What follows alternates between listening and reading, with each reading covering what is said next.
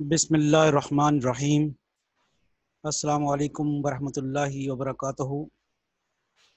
Viewers, इस lecture में हम बर्नौलीज़ इक्वेशन डिस्कस करेंगे और बर्नौली इक्वेशन की पहले डेफिनेशन करेंगे, उसका इंटीग्रेटिंग फैक्टर कैसे मालूम करते हैं वो मालूम करेंगे, बताएंगे। और फिर एक थ्योरम है जो आप पहली दफ़ा देखेंगे कि Bernoulli equation separable differential equation में कैसे कन्वर्ट होती है। जो दूसरे लोग मेथड यूज़ करते हैं बर्नौली इक्वेशन को सॉल्व करने का, मैंने उससे डिफरेंट किया है, क्योंकि जो दूसरे लोग मेथड करते हैं उसमें ये करते हैं कि बर्नौली इक्वेशन को पहले लीनियर इक्वेशन बनाते हैं और फिर लीनियर इक्वेशन को सॉल्व करते हैं। लेकिन मैं उससे ज़्यादा प्रेफर करता हूँ इस मेथड को, जो आज मैं आपके सामने पहली दफ़ा डिस्कस करूँगा। अपनी किताबों में मैंने डिफरेंशियल इक्वेशन की जो किताब है उसमें वैसे ये इंट्रोड्यूस किया हुआ है कि आप बर्नौली इक्वेशन को सेपरेबल डिफरेंशियल इक्वेशन कैसे बनाते हैं। इस तरह स्टेप्स जो हैं वो रिड्यूस हो जाते हैं और डिफरेंशियल इक्वेशन सॉल्व जल्दी हो जाती है। यानी पहले स्टेप में आप सेपरेबल बना लेते हैं और सेपरेबल बनाने के बाद आप उसको सॉल्व कर लेते हैं। तो एक ख़ास किस्म की सब्स्टिट्यूशन से इसको हम बर्नौली इक्वेशन को सेपरेबल डिफरेंशियल इक्वेशन कैसे बनाते हैं वो डिस्कस करेंगे थ्योरम में, उसका प्रूफ भी देंगे और फिर एक एग्जाम्पल और उसके बाद कुछ MCQs। बर्नौली इक्वेशन की डेफिनेशन ये है जी कि dy/dx plus p of x y is equal to q of x. यहाँ तक अगर आपको याद हो तो ये लीनियर इक्वेशन थी, यहाँ तक ये क्यू ऑफ एक्स तक लीनियर इक्वेशन। पिछले लेक्चर में हमने लीनियर इक्वेशन के ऊपर बड़ी अच्छी डिस्कशन की थी, बड़ी तफसील से डिस्कशन की थी और उसमें लीनियर इक्वेशन को सॉल्व करना भी सिखाया था। तो बताना मैं ये चाह रहा हूँ कि यहाँ तक जो मैंने मार्क किया है लाइन, रेड लाइन, यहाँ तक तो है लीनियर इक्वेशन। लेकिन इसमें एक्स्ट्रा चीज़ क्या आई है? इसमें एक्स्ट्रा चीज़ आ गई है y raised to power n, dependent variable की पावर n। इसके इंट्रोडक्शन से ये अब लीनियर इक्वेशन नहीं रही। This is not linear in y. ठीक है, आपको लीनियर इक्वेशन की डेफिनेशन जनरल याद है, और d y by d x plus p of x y is equal to q of x. ये पिछले लेक्चर में हमने डिस्कस किया था। और ये भी याद रहे कि बर्नौली इक्वेशन और लीनियर इक्वेशन की लेफ्ट हैंड साइड एग्जैक्ट एक जैसी है। आप बड़े गौर से देखें कि जो लीनियर इक्वेशन की लेफ्ट हैंड साइड है वो भी यही थी। लीनियर इक्वेशन की लेफ्ट हैंड साइड जो थी वो क्या थी? वो d y by d x plus p of x y थी। और बर्नौली इक्वेशन की लेफ्ट हैंड साइड भी यही है। यानी दोनों की, लीनियर और बर्नौली इक्वेशंस की लेफ्ट हैंड साइड दोनों सेम है। सिर्फ एक्स्ट्रा काम जो आता है वो राइट हैंड साइड पे आता है और वाई की पावर n आती है। तो ये डिफरेंशियल इक्वेशन हो गई the first order differential equation dy by dx plus p of x y is equal to q of x y raised to power n, where p of x and q of x are functions of x only, is named Bernoulli's equation after John Bernoulli, who studied it in 1695। तो ये तो introduction हो गया कि इसको Bernoulli equation क्यों कहते हैं, बिकॉज ये जिस बंदे ने स्टडी किया था उसके नाम पे है। अच्छा जी, अब थ्योरम देखते हैं कि बर्नौली इक्वेशन को किस तरह कन्वर्ट किया जाता है सेपरेबल डिफरेंशियल इक्वेशन में। This is very important and I hope के most of you will see it first time. The substitution v is equal to exponential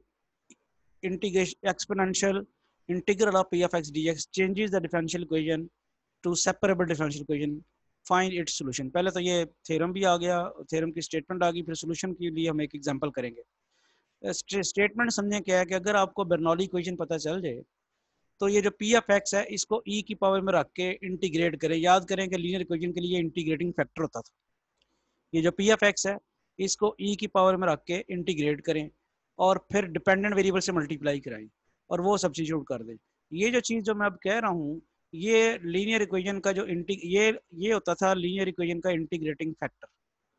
और फिर जब आप इसको y के साथ मल्टीप्लाई करते थे डिपेंडेंट वेरिएबल के साथ, तो लेफ्ट हैंड साइड हमेशा किसके बराबर आती थी? बार बार हम कहते रहे left hand side when we multiply the linear equation with integrating factor, left hand side is always equal to the derivative of the product of dependent variable and the integrating factor. ये वही है, यानी linear equation का dependent variable और जो integrating factor की product आती है उसको हमने नया वेरिएबल सब्स्टिट्यूट करना भी, वंस अगेन आई रिपीट कि आप जो लीनियर इक्वेशन को सॉल्व करने के लिए इंटीग्रेटिंग फैक्टर मालूम करते थे, इसमें भी वैसे ही करना है। ई की पावर में पी ऑफ एक्स को इंटीग्रेट करना, फिर उसको डिपेंडेंट वेरिएबल से जब मल्टीप्लाई कराते हैं, वो जो चीज़ बनती है उसको नया वेरिएबल वी सपोज कर, इससे आपकी डिफरेंशियल इक्वेशन ये वाली जो है, ये कहता है ये सेपरेबल डिफरेंशियल इक्वेशन हो जाएगी।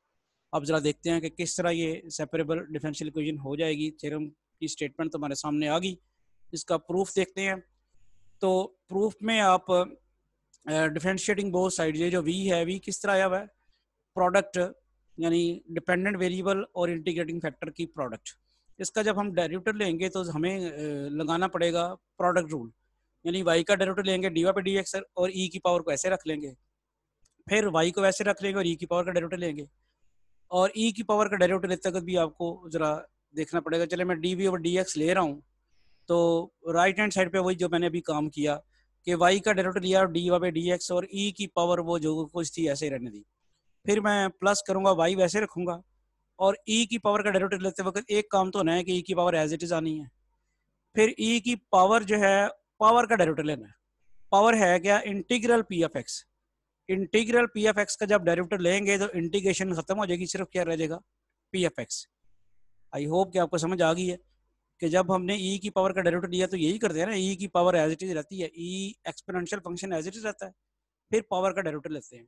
और पावर इस वक्त है क्या, पावर यहाँ पे ये वाला इंटीग्रल है, ये इसका जब डेरिवेटिव लेंगे तो सिर्फ क्या रह जाएगा, पी एफ एक्स रह जाएगा।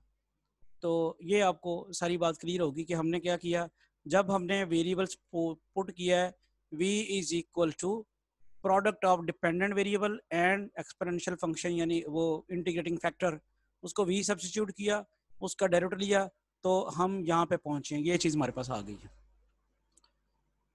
नेक्स्ट देखते हैं कि फिर जो यहाँ से d y by d x की, यहाँ से ई की पावर एक्स जो है वो आप कॉमन ई की पावर जो है एक्सपोनेंशियल फंक्शन जो है वो कॉमन ले सकते हैं, और जब वो आप कॉमन लेंगे और उसके बाद फिर देखते हैं कि आपके पास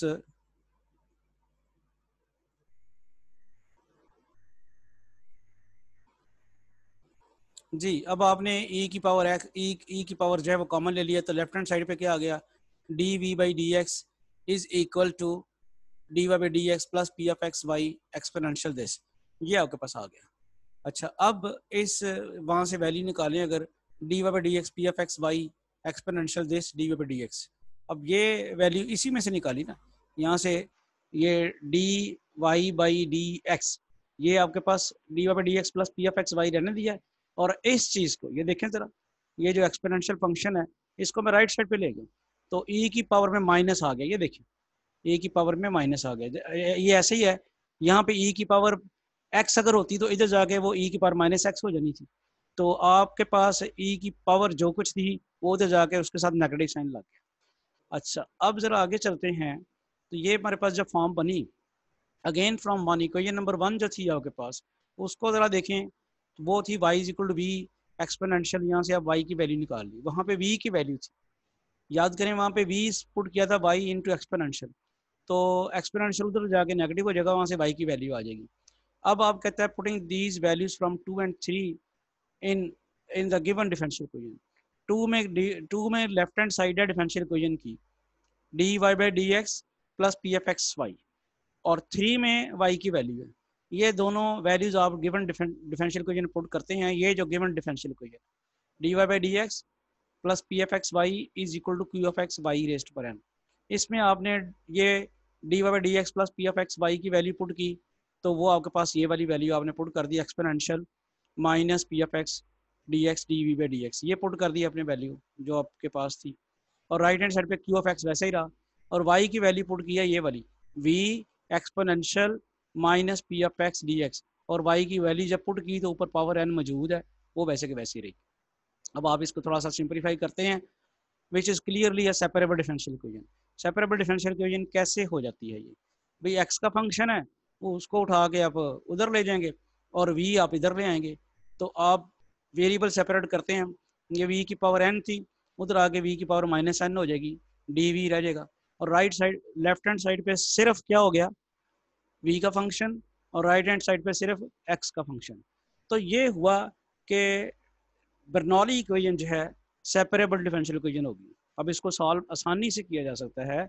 आप लेफ्ट हैंड साइड को v के रिस्पेक्ट में इंटीग्रेट करें, राइट हैंड साइड को x के रिस्पेक्ट। मैं ये स्टेप जल्दी से रिपीट कर देता हूँ आपके लिए कि अगर आपको बर्नौली इक्वेशन पता चल जाए, उसका इंटीग्रेटिंग फैक्टर होता है e की power integration p of x, उसको बर्नौली इक्वेशन से मल्टीप्लाई कराएं।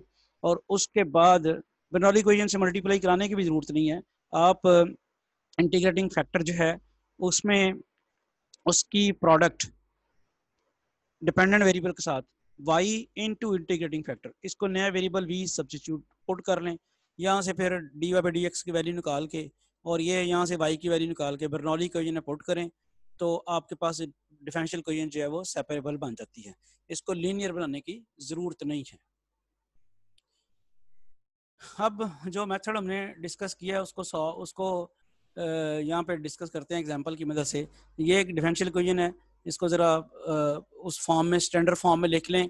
D y by d x plus 2xy is equal to x e पर minus x square y cube. अब ऑब्वियसली ये बर्नौली इक्वेशन है वाई क्यूब की presence की वजह से। क्या करना होता है, e की पावर में पी एफ एक्स को इंटीग्रेट करके उसको y के साथ मल्टीप्लाई करा के उसको v पुट करना है। ये पी एफ एक्स यहाँ पे 2x है, तो आप e की पावर जब है उसको इंटीग्रेट करेंगे तो कैसे करेंगे, 2x को इंटीग्रेट करेंगे, 2x को इंटीग्रेट करेंगे तो x 2x स्क्वायर बाई 2 आएगा, वो सिर्फ रह जाएगा x स्क्वायर, तो एक्सपोनेंशियल x स्क्वायर यानी e की पावर x स्क्वायर आ जाएगा। ये आपने निकाल लिया है इंटीग्रेटिंग फैक्टर। अब आपने y जो पुट करना है वो क्या पुट करना है, v जो नया वेरिएबल सब्स्टिट्यूट करना है वो क्या करना है, product of the dependent variable and the integrating factor. Dependent variable आपका y है और इंटीग्रेटिंग फैक्टर ये है। बस यही स्टेप याद रखना है कि आफ्टर फाइंडिंग इंटीग्रेटिंग फैक्टर, ये आप लीनियर इक्वेशन में भी ऐसे ही करते हैं। लेकिन ये यहाँ तक लीनियर इक्वेशन वाला तरीका है कि क्योंकि वो लीनियर इक्वेशन वाला तरीका इसलिए है कि इसकी left hand side linear equation की साइड है जो लीनियर इक्वेशन की होती है, तो इंटीग्रेटिंग फैक्टर भी वैसे ही निकलेगा। वो निकाल के आपने उसकी डिपेंडेंट वेरिएबल के साथ प्रोडक्ट लेनी है और वो वेरिएबल जो है आपने नया इंट्रोड्यूस करा देना है v। इसके बाद आप क्या करेंगे, y की वैल्यू यहाँ से निकालते हैं ताकि dy बाई डी एक्स निकल सके। dy बाई डी एक्स की वैल्यू निकाली तो वो प्रोडक्ट रूट लगना आपको पता है, v का डेरिवेटिव आ जाएगा dv by d x e raise पर माइनस एक्स स्क्वायर वैसे रहेगा, फिर v वैसे रहेगा और ई रेस पर माइनस एक्स स्क्वायर का डेरिवेटिव आएगा माइनस 2x ई रेस पर माइनस एक्स स्क्वायर। चूंकि दोनों में ई रेस पर माइनस एक्स स्क्वायर होगा तो वो कॉमन निकाल लेते हैं। अब कहता है putting these values from 3 and 4। Equation number 3 में y की वैल्यू है और इक्वेशन नंबर 4 में dy बाई डी एक्स की वैल्यू है। इसको ओरिजिनल इक्वेशन में पुट करें dy बाई डी एक्स की वैल्यू को और y की वैल्यू को। जब आप ये पुट करते हैं, ये मैंने dy बाई डी एक्स की जगह पुट किया है ये वैल्यू, इक्वेशन नंबर 1 में ये dy बाई डी एक्स है, इसकी जगह मैंने ये वाली वैल्यू पुट की है। फिर जो 2xy है वो तो वैसे ही रहेगा, y की जगह मैंने पुट किया है y v ई रेस पर माइनस एक्स स्क्वायर, और ऑब्वियसली राइट हैंड साइड पे भी पुट करना है y की जगह v ई रेस पर माइनस एक्स स्क्वायर। अब इसको थोड़ा सा सिंप्लीफाई करेंगे तो ये सेपरेबल डिफरेंशियल इक्वेशन बन जाएगी। ये सिंप्लीफिकेशन आपने की है, सारा कुछ कट कटा के d v by d x is equal to this आया है। अब आप देखते हैं कि इसके वेरिएबल जो है वो सेपरेट किए जा सकते हैं। यहाँ v की पावर 3 है, उधर जाके v रेस पर माइनस 3 हो जाएगा, डी वी हो जाएगा, और इधर आपके पास क्या रह जाएगा x ई रेस्ट पर minus 3x square D x. ये वेरिएबल सेपरेट हो गए, Bernoulli equation separable differential equation में कन्वर्ट होगी। अब इसकी सिर्फ इंटीग्रेशन करनी बाकी है। इसकी इंटीग्रेशन अगर आप करने के लिए आपको चाहिए होगा इसका माइनस 6x चाहिए होगा इसका डेरिवेटिव, तो वो मैंने माइनस 6 से मल्टीप्लाई कर दिया, x तो पहले ही मौजूद है, तो माइनस 6 से मल्टीप्लाई कराया। अब मैं उसको इंटीग्रेट जब करता हूँ, दोनों तरफ नेगेटिव साइन, तो मेरा जो इंटीग्रेशन करने के बाद आ जाता है 3v की पावर माइनस 2, और इधर आपके पास क्या आ जाता है ई रेस्ट पर minus 3x square plus constant of integration आपके पास c आ जाता है। नेक्स्ट जी, ये v की वैल्यू दोबारा यहाँ पे पुट करें। v आपके पास क्या था, y ई रेस्ट पर x स्क्वायर, वो आपने यहाँ पे पुट कर दिया और ये डिफरेंशियल इक्वेशन आपकी जो है वो सॉल्व हो गई, जो कि बर्नौली इक्वेशन थी, और बर्नौली को हमने सेपरेबल डिफरेंशियल इक्वेशन में कन्वर्ट करके इसको हमने सॉल्व कर लिया। ये इसका सोल्यूशन आ गया। ये ई रेस पर माइनस 2x स्क्वायर जो उधर जाएगा तो वो ई रेस पर माइनस एक्स स्क्वायर आ जाएगा, और इधर ई रेस पर 2x स्क्वायर आ जाएगा। अब बर्नौली इक्वेशन के कुछ एमसीक्यूज डिस्कस करते हैं कि किस तरह हम उनको सॉल्व करेंगे। ये डिफरेंशियल इक्वेशन है, the solution of the differential equation D by d x, और ये बर्नौली इक्वेशन आपके सामने नजर आ रही है, वाई की पावर 5 नजर आई ना आपको राइट साइड पे, तो इसकी वजह से बर्नौली इक्वेशन है। और पी एफ एक्स आपके पास होगा साइन एक्स, और इंटीग्रेटिंग फैक्टर आ जाएगा ई की पावर साइन एक्स को इंटीग्रेट करना, वो आ जाएगा ई की पावर माइनस कॉज एक्स, ये म्यू ऑफ एक्स आएगा। तो जरा देखते हैं, y dash plus y sine x is equal to y 5 sine x, p f x आ गया साइन एक्स, और म्यू ऑफ एक्स क्या आएगा, ई की पावर माइनस कॉज एक्स। ये कैसे आएगा, चूंकि साइन एक्स को ई की पावर में रख के इंटीग्रेट करना है, और इंटीग्रेशन साइन एक्स की होती है माइनस कॉज एक्स, वो ये आ गया। अब इस जो म्यू ऑफ एक्स आया है, इसको इक्वेशन नंबर 1 के साथ आपने मल्टीप्लाई कराना है, जो ओरिजिनल इक्वेशन है। जब आपने इसको मल्टीप्लाई कराया तो ये इक्वेशन बन गई। इसके बाद आपने क्या करना है, लेफ्ट हैंड साइड आपके पास क्या बनती है, प्रोडक्ट, यानी लेफ्ट हैंड साइड आपके पास बनती है derivative of the product of independent dependent variable and the integrating factor. Left hand side ये यहाँ तक उसका इक्वेशन लीनियर इक्वेशन वाला जो है सॉल्व हो गया। अब आपको जैसे मैंने बताया था कि बर्नौली इक्वेशन को सॉल्व करने के लिए हमने क्या करना है, इंटीग्रेटिंग फैक्टर और डिपेंडेंट वेरिएबल की जो प्रोडक्ट है उसको v के बराबर रखना है। Let v be equal to y e raise पर minus cos x, e raise पर minus cos x integrating factor है और y डिपेंडेंट वेरिएबल है। यहाँ से फिर आपने y की वैल्यू निकालनी है, और y की वैल्यू निकालने के बाद आप इसका डेरिवेटिव लेंगे। डेरिवेटिव लिया आपने तो वो आपके पास d v by d x आपके पास ये आ जाता है e की पावर 5। यहाँ से आप 2 जो वैल्यूज उसमें पुट कर देते हैं, ये डेरिवेटिव मैंने लिया नहीं है, ये थोड़ा सा स्टेप्स जो हैं जो पीछे डिस्कस किए उससे तब्दील किया है थोड़ा सा, कि इंटीग्रेटिंग फैक्टर को मल्टीप्लाई कराया डिफरेंशियल इक्वेशन के साथ, तो ये बन गया। अब मुझे डेरिवेटिव लेने की जरूरत नहीं है, ये जरा गौर कीजिएगा कि ये मैंने रखा हुआ है product of dependent variable and integrating factor को मैंने वी रखा हुआ है, गौर करेंगे। तो इसकी जगह मैंने वी पुट कर दिया, तो ये बन गया हमारे पास d v by d x. गौर करें लेफ्ट हैंड साइड में, और कुछ नहीं किया, यानी ये उससे भी आसान हो गया जो मैथड डिस्कस किया है कि डिफरेंशियल इक्वेशन जो है उसको आपने इंटीग्रेटिंग बर्नौली इक्वेशन को इंटीग्रेटिंग फैक्टर से मल्टीप्लाई करा दिया, और उसकी लेफ्ट हैंड साइड तो वही बननी है जो लीनियर की बना करती थी। और वो क्या बना करती थी लीनियर की, it is the derivative of the product of the dependent variable and the integrating factor. अब चूंकि आपने डिपेंडेंट वेरिएबल इंटीग्रेटिंग फैक्टर को वी सपोज किया है, तो यहाँ पुट करेंगे वी, तो वो बन जाएगा d v by d x, ये तो होगी left hand side. Right hand side में सारी बात है, यहाँ से y की वैल्यू निकालें। y की वैल्यू क्या निकलती है, ये जो ये निकाली हमने y की वैल्यू, वो पुट की तो वो बन गया v की पावर 5 e की पावर cos 5x, और e की पावर माइनस cos x पहले मौजूद था, तो वो रह गया e की पावर 4 cos x। ये फिर देख लें, e की पावर माइनस cos x वहाँ पे मौजूद था ना, वो रह गया, तो यहाँ से 5 आया, ये इसकी पावर 5 थी, ये वाली y की पावर 5 थी, e की पावर 5 cos x आना है, और एक e की पावर माइनस cos x पहले मौजूद है, वो रह जाएगा e की पावर 4 cos x। इस तरह से ये डिफरेंशियल इक्वेशन जो है ये सेपरेबल डिफरेंशियल इक्वेशन अब कन्वर्ट हो चुकी है। इसको अगर आप गौर से देखें तो इसके वेरिएबल सेपरेट हो सकते हैं। ये हमने इसके वेरिएबल जो हैं वो सेपरेट कर दिए, वो आ गया v raise to power minus 5, और उधर राइट साइड पे आ गया e raise to power 4 cos x sin x। अब इसकी इंटीग्रेशन बड़े आराम से हो सकती है, इसकी आएगी ई की power minus 5 plus 1 over minus 5 plus 1, e raise power minus 4 over 4, और यहाँ पे cos x का डेरिवेटिव जो है वो sin x minus sine x होता है, तो इसकी इंटीग्रेशन आ जाएगी -1/4 ई रेज पर 4 cos x। और चूंकि सबके साथ -4 डिवाइड हो रहा है दोनों टर्म्स के साथ, तो कांस्टेंट ऑफ इंटीग्रेशन के साथ भी हमने -4 से डिवाइड कर दिया, और यहाँ से फिर v4 आ जाता है। ये v4 is equal v raise पर -4 is equal to e raise to power 4 cos x plus c। अब फाइनली जो v सब्स्टिट्यूशन थी वो पुट कर दी, v हमने पुट किया हुआ है y e raise to power minus cos x raise to power, वो आ गया -4। अब यहाँ से आप y की वैल्यू निकालते हैं, वो y रेज पर -4 और e की पावर ये बन जाएगी प्लस cos 4x, वो उधर जाके इसको काट देगी और इधर जाके माइनस बन जाएगी। अब ये ऑप्शन आपके पास, आपको देखें कि कहाँ ऑप्शन मौजूद है, और ये डी पार्ट है। तो ये बर्नौली इक्वेशन का एमसीक्यूज थोड़ा आप देखें कि इस तरह के भी एमसीक्यूज आपको आएंगे पेपर में जिसमें आपको सॉल्व करना पड़ेगा।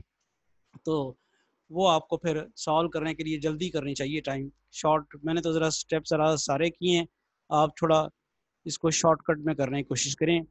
नेक्स्ट क्वेश्चन जो है ये भी बर्नौली इक्वेशन है, वाई की पावर 7 पड़ी हुई है, तो बर्नौली इक्वेशन है। यहाँ पे पी ऑफ एक्स क्या बनता है, -2x over x square plus 1।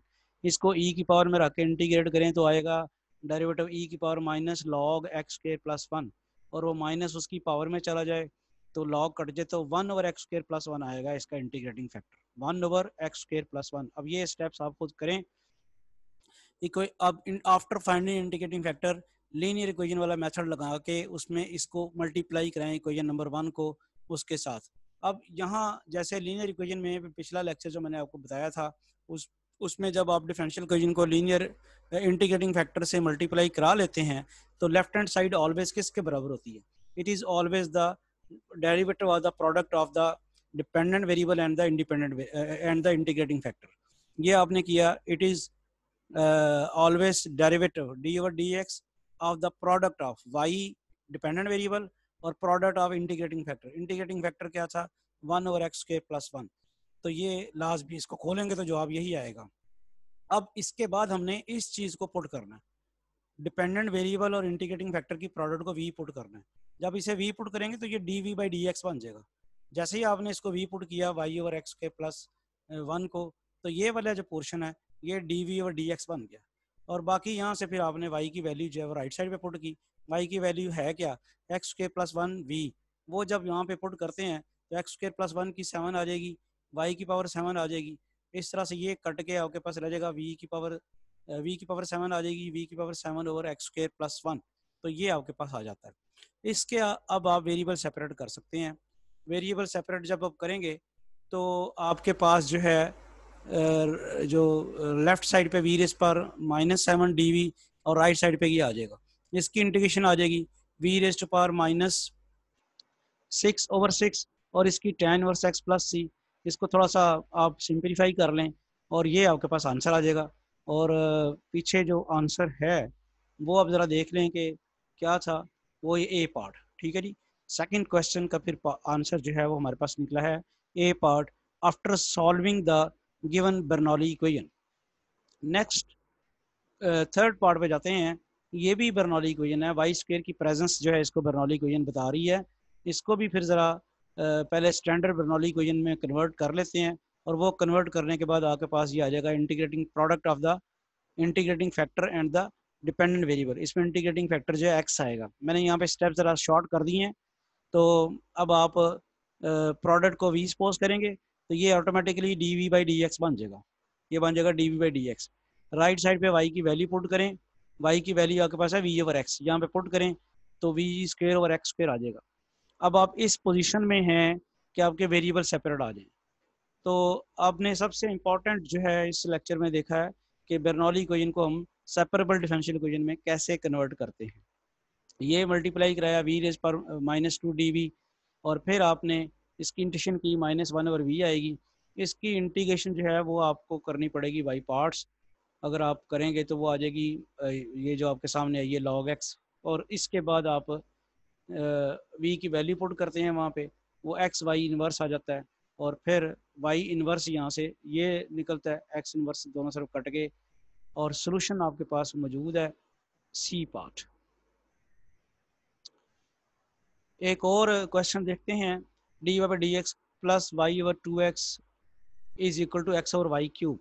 ये भी फिर इसको ज़रा स्टैंडर्ड फॉर्म में लिखें, d y d x plus y over 2x is equal to x की power x over y cube. तो ये वाई के ऊपर जाके वाई रेस पर -3 हो जाएगा ना, तो ये वाई की पावर -3 इंडिकेट कर रही है बर्नौली इक्वेशन। मैं यहाँ पे थोड़ा सा ना स्टेप्स बताना चाह रहा हूँ आपको। यहाँ पी एफ एक्स क्या चीज़ है, 1 ओवर 2x है, और म्यू ऑफ एक्स कैसे आना है, वो 1 ओवर 2x की इंटीग्रेशन करनी है ई की पावर में रख के, और वो ई की पावर में रख के जब आप इंटीग्रेशन करेंगे तो 1/2 कॉमन निकल जाएगा। इंटीग्रेशन आपको करनी पड़ेगी किसकी, 1 ओवर एक्स की। 1 ओवर एक्स की इंटीग्रेशन लॉग एक्स होगी, और लॉग एक्स से पहले जो 1/2 है जब वो एक्स की पावर बनेगा तो वो बना देगा √x। और इस तरह ये एंटी लॉग और लॉग आपस में जो हैं वो कैंसिल हो जाएंगे। ये लॉग और एंटी लॉग आपस में कैंसिल होके आपको क्या दे देंगे, √x दे देंगे। तो म्यू ऑफ एक्स की वैल्यू जो हमारे पास आएगी वो क्या आ जाएगी आपके पास under root x. Mu of x की वैल्यू आपके पास आ जाएगी अंडर रूट एक्स। ये मैंने कैलकुलेशन आपको यहाँ पे कर दी है। अब ज़रा इस कैलकुलेशन को देखने के बाद हम ज़रा आगे चलते हैं। तो ये आप देखते हैं कि mu of x under root x के बराबर जो मैंने यहाँ पे वर्किंग करके दी आपको उसके मुताबिक आ गया। इसको डिफरेंशियल इक्वेशन को मल्टीप्लाई करते हैं अंडर रूट एक्स के साथ। फिर लेफ्ट हैंड साइड क्या आनी है, derivative of the product of dependent variable and the integrating factor. और फिर इसको सेपरेबल में कन्वर्ट करने के लिए क्या करना है, यहाँ से स्टेप चेंज हो जाता है ना। लीनियर इक्वेशन को यहाँ से हम क्या करते थे, दोनों तरफ इंटीग्रेट करते थे, लेकिन ये इंटीग्रेट हो नहीं सकती। यहाँ पे क्या करेंगे हम कि डिपेंडेंट वेरिएबल और इंटीग्रेटिंग फैक्टर की जो प्रोडक्ट है उसको हम वी सपोज कर लेंगे। वी सपोज किया और फिर जब इसमें पुट करते हैं तो ये बन जाता है d v by d x.